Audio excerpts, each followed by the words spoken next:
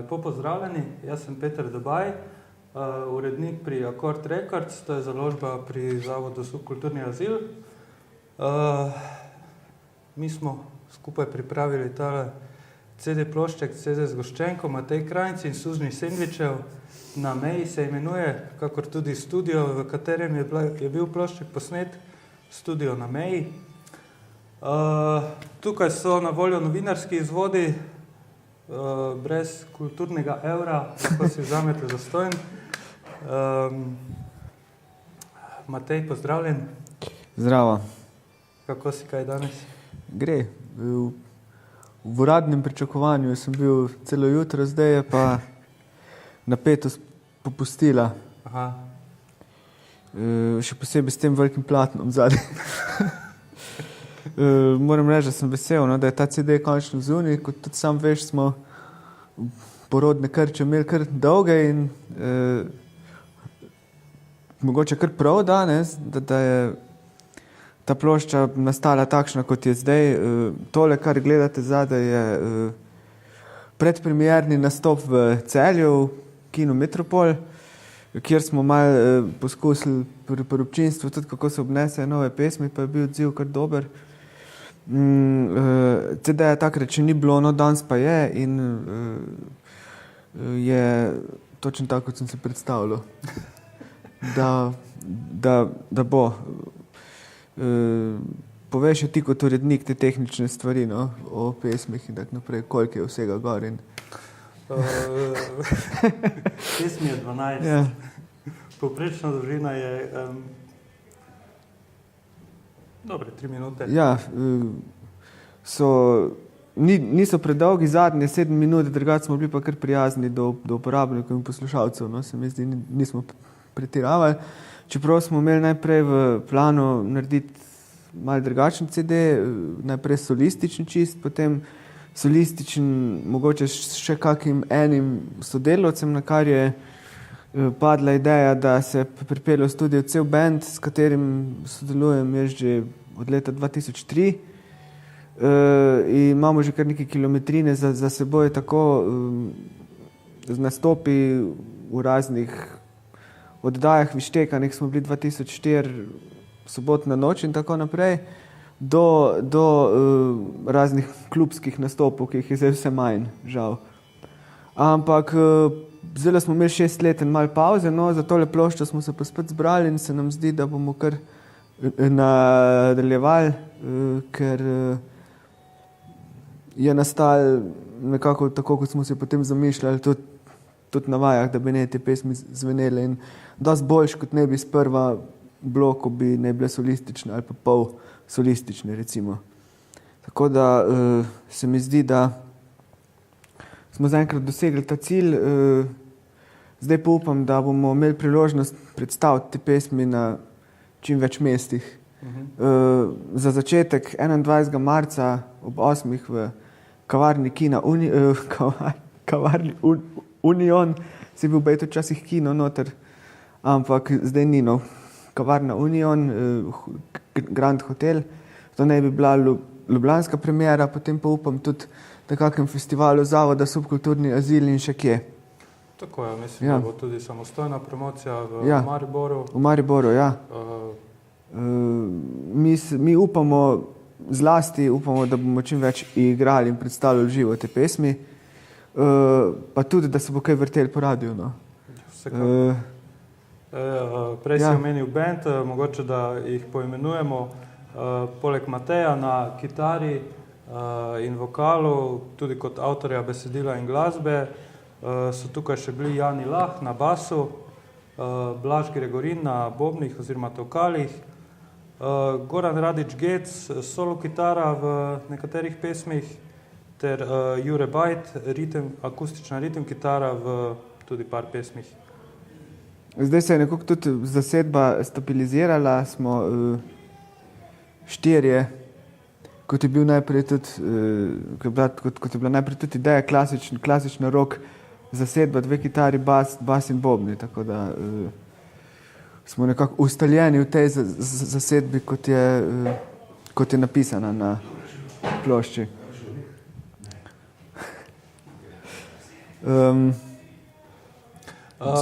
No, meni je zanimivo, jaz sem te tudi snemal, ne, zgoraj v studiu. Meni je bilo zanimivo nekako gledati, kako so te pesmi šle skozi različne variante, najprej v solo izvedbi, potem z manjšo podporo, potem tudi v celotni bendovski izvedbi. Pesmi pa so že starejše, ne? Ja, pesmi so iz obdobja 1994-2012 in sicer najbolj zgodna je Peronska, ki je bila že na moji prvi solistični plošči na prvem ovinku, zdaj je pa končno narejena v bendovski različici, kot bi ne bila tudi takrat, ampak ni bilo sredstev in tako naprej, da bi to naredili takrat in je išla kot solistična. Potem pa od pesmi, ki je bila na festivalu Šansona 2011 na skriti strani Tvojih rok, nova različica, potem nova različica pesmi Prišlek, ki je bila na kompilaciji Val 10 imamo dobro glasbo in še nekatere druge pesmi, ki so bile raztresene tu in tam skozi leta, bodi si na mojih solističnih ploščah, bodi si na ploščah z manjšimi zasedbami, nekaj je pa tudi takih, 1, 2, 3, ki pa do zdaj so obstajale samo v demo različicah, ki sem pripričan, da jih Jure ima nekje, ampak so narejene zdaj v nekakšni takšni obleki, kot sem se jih predstavljal takrat, ko sem jih pisal. So bile tudi za razne plošče, ki bodi si niso išle, bodi si so išle ne pri nas, ampak na Hrvaškem in tako naprej. Tako da je to neka kompilacija pesmi iz, kaj se vem, približno 20 let.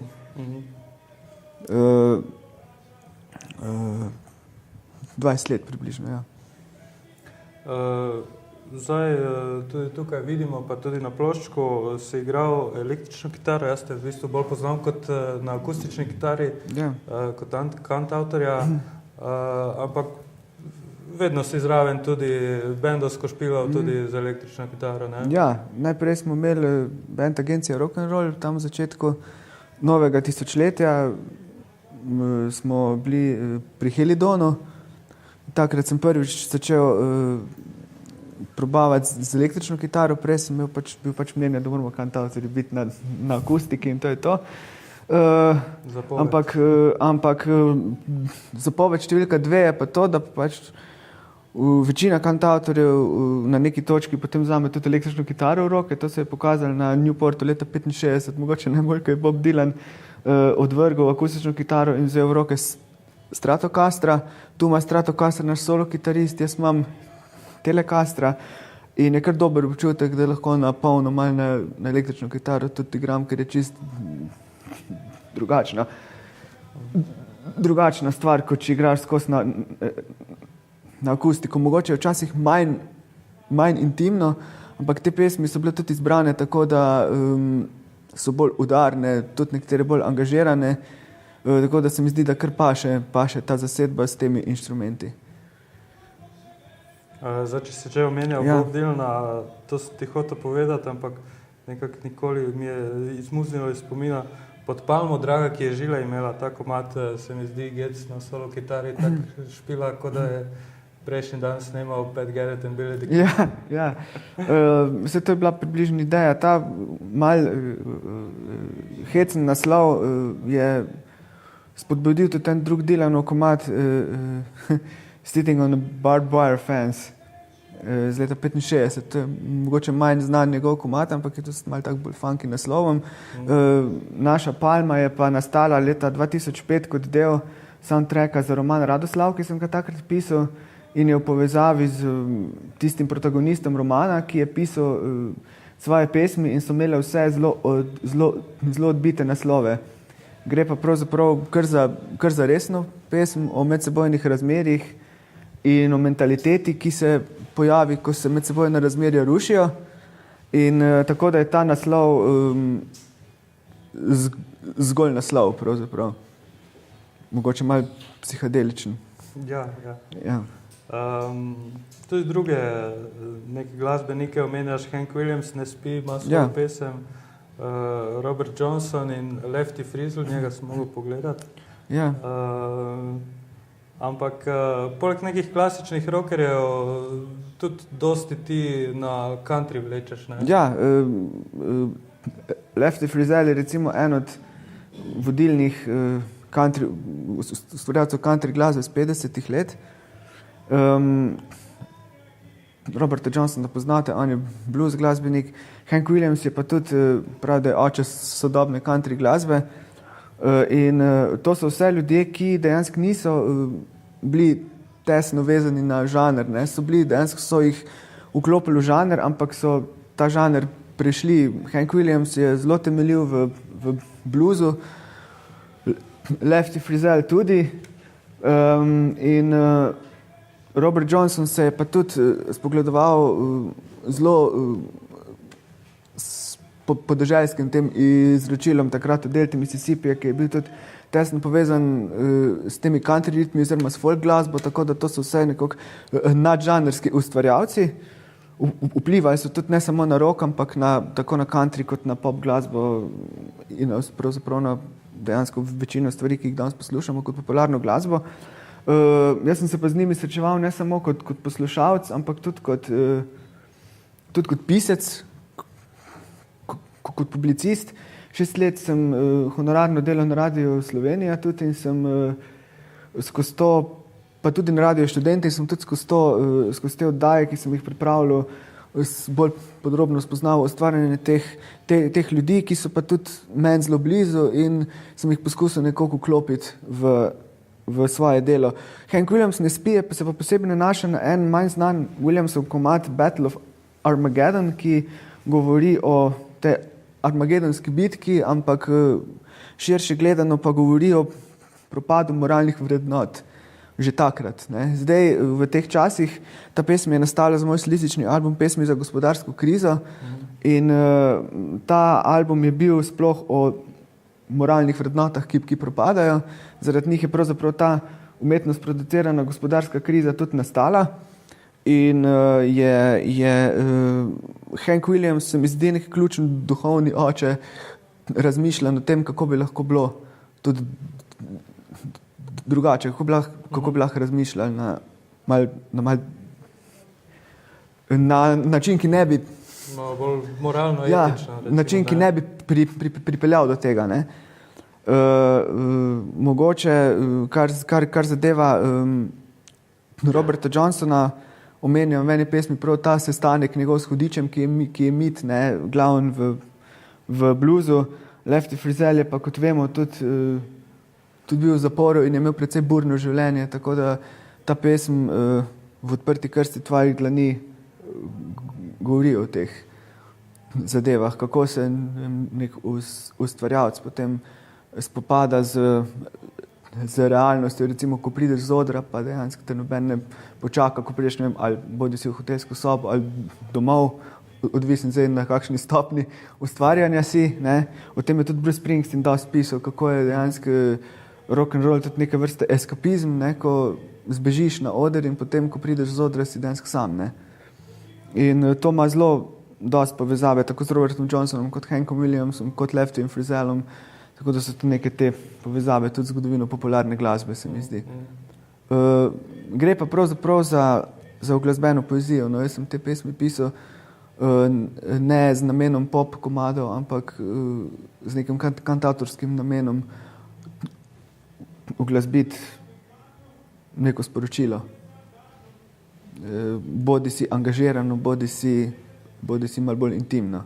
Čeprav intimna je pravzaprav zares tukaj sem ena pesem na skriti strani tvojih rok, ki je bila na festivalu šansona in je res ljubezenska balada, vse ostalo je pa bolj ostro. Je, res je. Ja. Zdaj, ja, tule zadnji je pesem Komandant. Ja, ta je tudi nastala v več različicah, v 2 solističnih in potem v bendovski in tudi govorijo zdaj o današnjih militarističnih časih, ja, v nekakšni bolj satirični različici. Pravzaprav so vse te angažirane skladbe so nekako v satiričnih različicah, ker se mi zdi naravnost povedati se pri ljudeh potem ali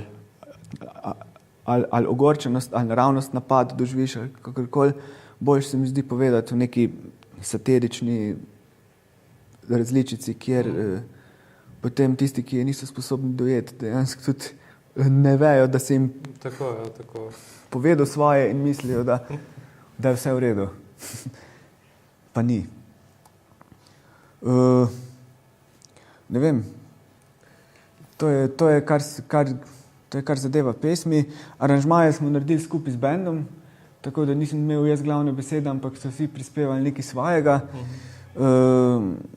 Jaz sem seveda v duhu tega, da sem bil vesel, da smo se spet zbrali, sem mistil popolnoma njihove ideje, da so lahko tudi sami so ustvarjali to ploščo, tako da je pravzaprav tisti Matej Krajnc in Sužnji sendvičev, dejansko je Matej Krajnc in Sužnji sendvičev. Mogoče še v imenu, no, ker je res nenavadno. 2003 sva z basistom Janijem Lahom igrala čisto impromptu v Kudu France Prešern. Bil en literarni večer in so rabili na hitro nekoga, ki bi mogoče malo glasbeno to barvo. Jaz sem takrat delal kot pomočnik urednika za leposlovni odsek v Kudu in me prosil, mogoče bi pa ti, in sem ji rekel, pa imaš še koga, ker bi mogoče bilo fajn, da ne bi bil sam, pa sem Janija Laha poklical in sva dejansko čez noč enih 5 komadov naredila in tam odigrali in je bilo se nekako treba poenovati in smo bila oba dva takrat, jaz sem še vedno, on je malo bolj krepkejši zdaj, jaz sem pa še vedno suh in sva se poimenovali Sužnje sendvičev, malo samoironično.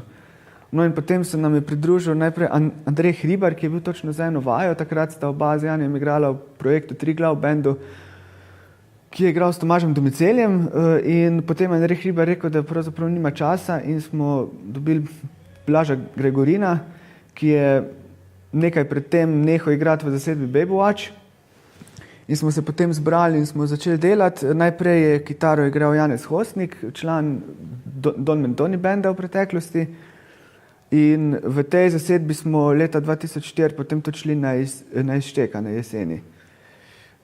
Pridružil se nam je takrat Tomaž Domicel kot poseben gost in potem smo pa dobili, ker Janez Hostnik tudi nima več časa, Martina Pečarja, ki je bil takrat tudi že kar uveljavljen kitarist pri več bodisi jazz, funk, rock zasedbah in je zdržal z nami potem do konca leta 2006, ko smo šli pa v hibernacijo. Zdaj pa, medtem pa že se je pa za razne nastope pridruževal in oddruževal Goran Radič Gec, ki je pa na tej plošči. Tako da smo potem, ko smo premišljali, koga bi zdaj, ko smo se nazaj mi trije, Jani, Blaž in jaz, odločili, da bomo spet delali, koga bi poklicali in je bil pač Gec ta prva ideja in sem kar vesel, da je imel čas, da je prišel in da bomo zdaj, upam, to še naprej. Ja, moram se pa dejansko se spodobi poleg seveda subkulturnega azila, da se zahvalim za vso muko, ki si jo imel z nami, da se zahvalim javnemu skladu Republike Slovenije, ki so malo pomagali, da je ta plošča nekoliko prej izšla in pa glasbeni trgovini Music Max, ki nas je opremila s kitarami in fašterkerijo. To se spodobi povedati, ne zato, da bi delal reklamo ali da bi našteval sponzorje, ampak čisto zato, ker so v teh časih, ko smo dejansko vsi nekako nepripravljeni odštevati velike novce za inštrumente, ker jih nimamo, se nam zdi ta podpora kar veliko vredna. No. To zaradi tega, ker če hočeš pošteno delati, moraš imeti pošteno opremo, se mi zdi. Ne. Tako, kitara za 200 evrov se pozna, no. Ne,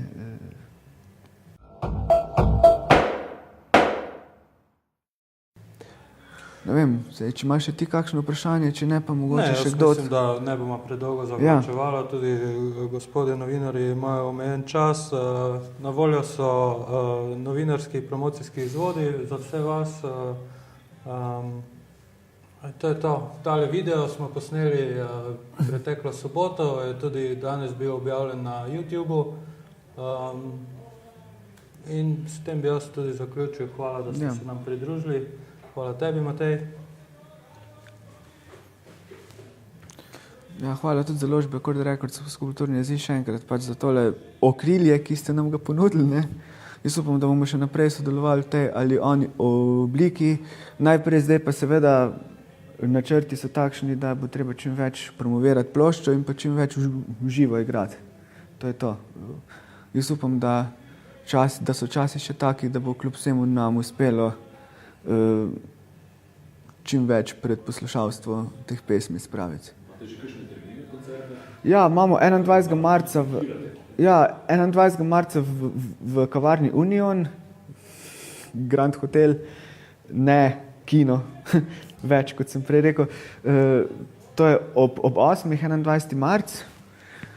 Potem v Celju čakamo še en datum v klubu Špital, kjer bo ponovitev tega predpremiernega nastopa tokrat s CD-jem. In potem Maribor, tu pa še datuma sicer ni, ampak mislim, da bo to... Tudi še čakamo datum, tudi da ne bi bilo to kar v tistem času. Bližnji prihodnosti. Potem pa mislim, da bo nekje pred pomladjo še na kakih drugih prizoriščih, ampak bomo obveščali tudi na naši spletni strani www.suznisendvicev.com o teh prireditvah in nastopih. Jaz upam, da bo šlo naprej. No. Repertoarje pa v glavnem imamo z te plošče, potem še nekaj skladb, ki smo jih v preteklosti igrali tudi takrat v tvoji oddaji in nekaj skladb, ki niso prišli na ploščo. Ja, nekaj teh, ki jih ni tu, mislim, ki jih ni tu. Potem pa takrat, ko smo v tistih letih, ko smo aktivno prvič igrali, smo imeli kar bogat repertoar od Dylana do bluza, kar nameravamo tudi zdaj nekako nazaj spraviti te stvari v repertoar in pa malo dodati tudi Leonarda Cohena v duhu 80-letnice njegovega rojstva letos. Kaj pa kakšne evergrine še iz časa agencije Rock'n'Roll? Ja, to pa mogoče iz veselja, pa na odru se zna zgoditi, da privlečemo kakšne rock'n'rollovske stalnice tudi iz žepa. Leta 2005 smo imeli na dnevih knjige v okviru društva pisateljev en zelo tak zanimiv špil, ko so nam zapičali, da moramo dejansko rock'n'roll stalnice igrati in smo potem res imeli pol ure od That's Alright Mama do vse živo, od Karla Perkinsa do Chucka Berryja do vsega in je bilo kar zabavno na dnevih slovenske knjige. Moje evergrine? Ja, moje evergrine. Obstaja kaj takega kot moj evergrine? Bomo naredili nek prerez. Ja. Z novimi stvarmi stare zakopljamo, ja.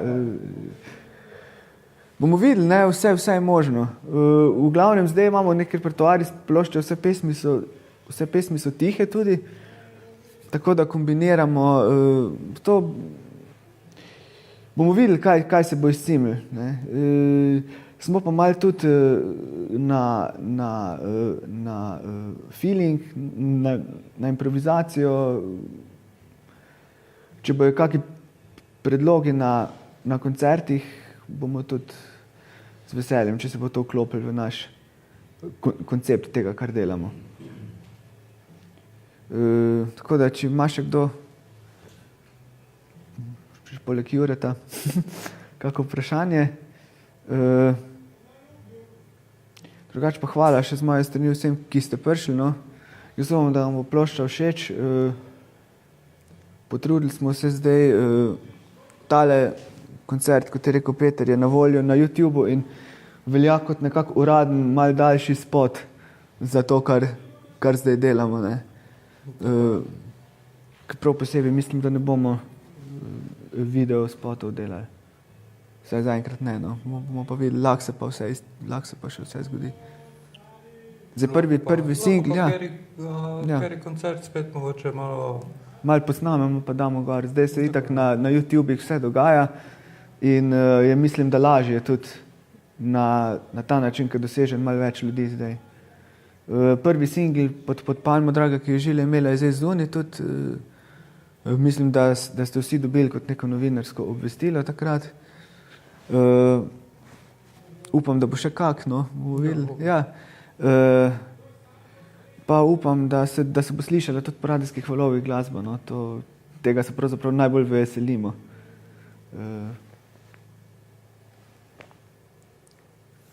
Ja. V redu. Hvala lepa. Za kakšne bolj ali manj poglobljene pogovore smo pa tudi off the record na voljo. Pa. Hvala, no, vsem. Hvala, ja. Hvala. S tem uradni del končujemo.